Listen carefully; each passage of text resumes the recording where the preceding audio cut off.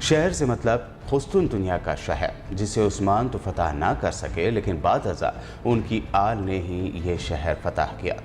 تاریخ اسلام میں کسی خاندان کی حکومت اتنے عرصے نہیں رہی جتنے عرصے تک آل عثمان کی حکومت رہی، اور نہ کسی خاندان میں آل عثمان کے برابر قابل حکمراں پیدا ہوئے۔ عثمان غازی کا خواب اور اس کی تعبیر صحیح ثابت ہوئے۔ آگے بڑھتے ہیں اور اب جانتے ہیں عثمان غازی کی زندگی کے بارے میں کہ انہوں نے اپنی زندگی کے دوران کیسے کیسے سلطنت عثمانیہ کی بنیاد ڈالی، کون کون سے علاقے فتح کیے، سازشیوں اور عیسائی دشمنوں کو شکست دینے میں کس طرح کامیاب ہوئے۔ عثمان کے والد ارطغرل کی وفات کے بعد سلاجقہ روم کے دارالحکومت قونیہ پر منگولوں کے قبضے اور سلجوقی سلطنت کے خاتمے کے بعد عثمان کی جاگیر خود مختار ہو گئی، جو بعد میں سلطنت عثمانیہ کہلائی۔ اپنے والد ارطغرل غازی کے برعکس عثمان نے بھی ہمسایہ شہروں اور دیہی علاقوں کو فتح کرنے کی مہم شروع کر دی۔ 1299 یعنی 1299 میں انہوں نے علامتی طور پر ایک آزاد ریاست تشکیل دی۔ عثمان نے منگول شہنشاہ کو خراج یا ٹیکس کی ادائیگی بھی روک دی۔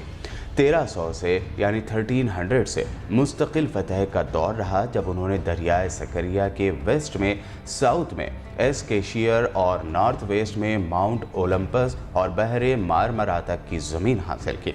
عثمان اور ان کے افراد نے ایسکیشیر، اونونو، بیلجک اور بلاقیر اینیچیر کے اہم قلعوں اور شہروں پر قبضہ کیا۔ ان فتوحات کے بعد وہ اتنے مضبوط نہیں تھے کہ برسا، نیکیا اور نیکومیڈیا کے اہم اور مضبوط قلعے والے شہروں پر بھی قبضہ کر سکے۔ عثمان غازی کی سب سے بڑی شروعاتی فتح کے بارے میں کہا جاتا ہے کہ انہوں نے قراضہ حصار قلعے کو فتح کیا۔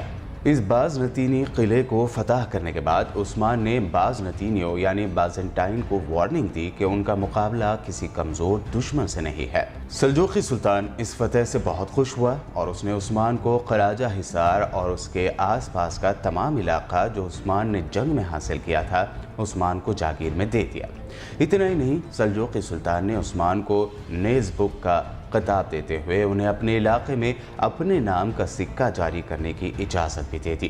اس طرح بادشاہی کے تمام لوازمات عثمان کو میسر آ گئے، اور خیال کیا جاتا ہے کہ عثمان کے دور کا سکہ یعنی کوائن جس پر عثمان بن ارطغرل درج ہے، وہ تاریخ میں عثمان کی موجودگی اور ان کے وجود کو ثابت کرنے کا سب سے بڑی تاریخی وجہ ہے۔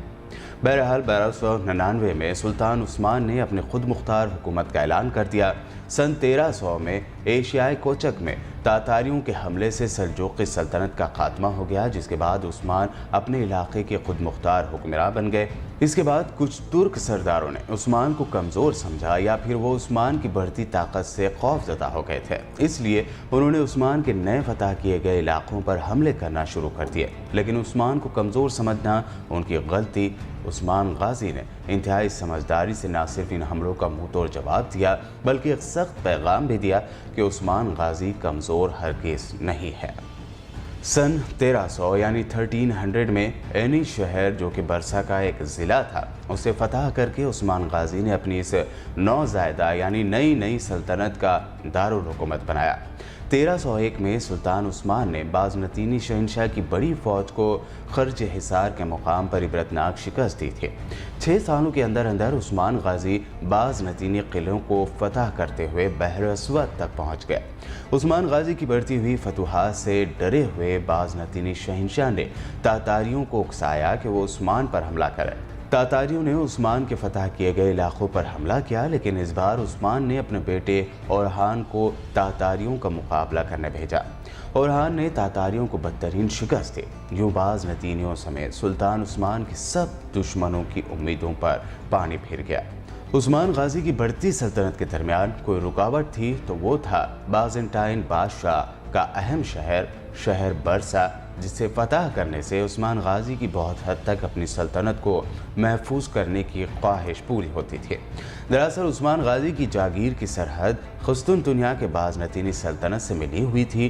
یہ وہی بازنطینی حکومت تھی جو عربوں کے زمانے میں رومی سلطنت کے نام سے مشہور تھے، جسے الپ ارسلان اور ملک شاہ کے زمانے میں سلجوقیوں نے باج گزار یعنی ٹیکس دینے والا بنا لیا تھا۔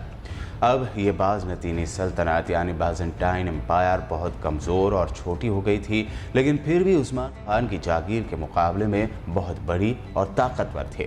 بازنطینی قلعہ دار عثمان کی جاگیر پر حملے کرتے رہتے تھے، جس کی وجہ سے عثمان اور بازنطینی حکومت میں لڑائی شروع ہو گئی تھی۔ 1317 میں سلطان عثمان غازی نے نہایت اہم شہر برسا کا محاصرہ کیا۔ یہ محاصرہ طول پکڑ گیا، یہاں تک کہ محاصرے کے 6 سال بعد 1323 میں سلطان عثمان کی وفات ہو گئی۔ انہوں نے مرتے وقت اپنے بیٹے اورحان کو اپنا جانشین مقرر کیا۔ سلطان اورحان نے برسا کا محاصرہ جاری رکھا اور 1326 میں برسا پر اورحان نے فتح حاصل کی۔ کہتے ہیں کہ قریب 10 سال تک برسا کا محاصرہ جاری رہا۔ سلطان عثمان کی وفات کے متعلق 2 روایات ہیں۔ 1323 یا 1324 میں سلطان عثمان کی وفات ہوئی۔ کچھ روایت کے مطابق برسا کی فتح کے وقت وہ بستر مرگ پر تھے۔ برسا فتح ہونے کے بعد ان کی وفات ہوئی۔ مرنے سے پہلے انہوں نے اپنے بیٹے اورحان کو طویل نصیحت کی، لوگوں میں عدل و انصاف کی تلقین کی۔ سلطان عثمان کی قبر برسا ترکی میں ہی واقع ہے۔ عثمان غازی کی زندگی کے ایک واقعے پر کچھ لوگوں کو تنقید کرنے کے لیے عثمان کے ہاتھوں اپنے چچا کے قتل کی واردات کا بہانہ لیا جاتا ہے۔ دراصل سلطان عثمان نے اپنے چچا دھندار بے کو خود تیر مار کر ہلاک کیا تھا۔ یہ سلطنت عثمانیہ میں اپنے ہی خاندان کا پہلا قتل تھا۔ دھندار کو اس لیے مارا گیا کیونکہ وہ بازنطینی امرا یعنی بازنٹائن گورنر سے اتحاد کر رہا تھا۔ اس کے علاوہ وہ فوج کے حوصلے بھی پست کر رہا تھا یعنی کمزور کر رہا تھا۔ سلطان عثمان کے اجلاس میں وہ دشمن کو طاقتور کہہ کر جنگ نہ کرنے کا مشورہ دیتا۔ دراصل ہمیں آج کے لحاظ سے یہ قتل بہت معیوب نظر آئے گا، لیکن اس دور کے لحاظ سے یہ معمولی واقعہ تھا۔ سزا دینے اور انصاف کرنے میں اس وقت دیر نہیں کی جاتی تھی۔ سلطنت عثمانیہ کی پہلی مسجد عثمان غازی نے ہی بنوائی۔ بہرحال سلطنت کی فتوحات کا یہ عظیم سلسلہ عثمان غازی کے جانشینوں نے جاری رکھا، لیکن 1402 میں تیمورلنگ نے اناطولیہ پر حملہ کر دیا اور عثمانی سلطان بایزید ایلدرم شکست کھانے کے بعد گرفتار ہو گئے۔ لیکن یہ عثمانیوں کی بہادری اور اولو العزمی تھی کہ انہوں نے اپنی ختم ہوتی ہوئی سلطنت کو نہ صرف جلد بحال کیا بلکہ چند ہی دہائیوں میں فتح قسطنطنیہ جیسی تاریخ کے عظیم ترین فتح حاصل کی۔ اس فتح سے عثمانیوں کا وقار دنیا بھر میں بلند ہوا۔ آج کے ایپیسوڈ میں بس اتنا ہے۔ ہمارے چینل کو سبسکرائب اور اس ویڈیو کو شیئر کرنا بالکل بھی نہ بھولیں۔ ملتے ہیں اگلے ایپیسوڈ میں، تب تک کے لیے آپ کے ہوسٹ خلیل فرحات کو دیجیے اجازت۔ دیکھتے رہیے BPN چینل۔